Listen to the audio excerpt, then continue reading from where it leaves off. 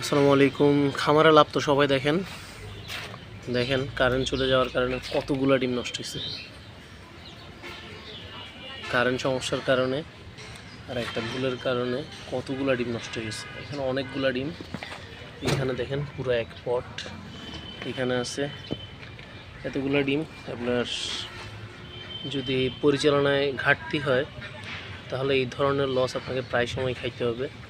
সেজন্য প্রথমে যখন আপনি ইনকিউবেটর চালাবেন চেষ্টা করবেন একসাথে ডিম বেশি না দিতে, কম কম ডিম দিয়ে শুরু করতে। কারণ প্রথমে আপনাকে ইনকিউবেটর দিয়ে বাচ্চা ফোটানোটা শিখতে হবে। না শিখে যদি শুরু করেন তাহলে আপনার অনেক বেশি লস হয়ে যাবে। তো প্রথমে শেখার জন্য বেশি হলে 10টা দিয়ে শুরু করতে পারেন। 10টা ডিম দিয়ে আগে চেষ্টা করবেন আপনি পারেন কি না। আর ইনকিউবেটর কীভাবে পরিচালনা করতে হয় সেটা আমি আপনাদেরকে শিখিয়ে দিচ্ছি। আমাদের একটা ইনকিউবেটর পরিচালনা করার একটা যেই ম্যানুয়াল আছে সেটা আমি আপনাদেরকে কমেন্ট বক্সে পিন করে দিব, আপনারা চাইলে সেখান থেকে দেখে নিতে পারেন। আর ইনকিউবেটর কীভাবে বানাতে হয় যদি প্রয়োজন হয় আপনি নিজেই বানাইতে পারবেন।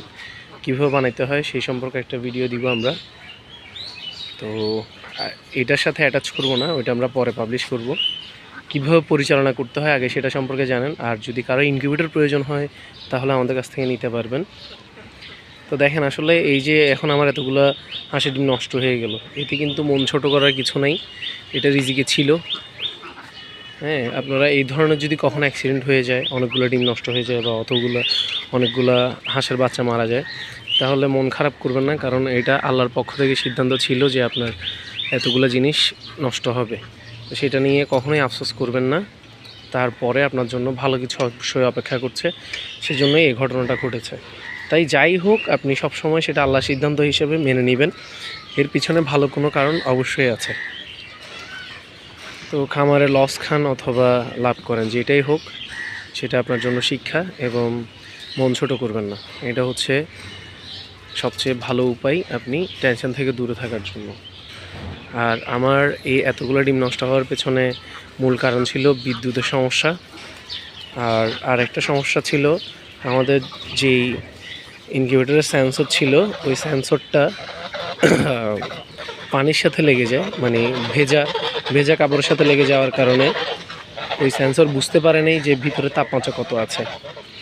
ওটা সকালবেলা ডিম তো নাড়াই দিতে হয়, আমার আম্মু ডিম নাড়িয়ে দিয়েছিল। ওইখানে উনি সেন্সরটা যখন আবার বসায় তখন একটু বেশ কম হয়ে যাওয়াতে সেন্সর আর ডিটেক্ট করতে পারে নাই ভিতরে তাপমাত্রা কত।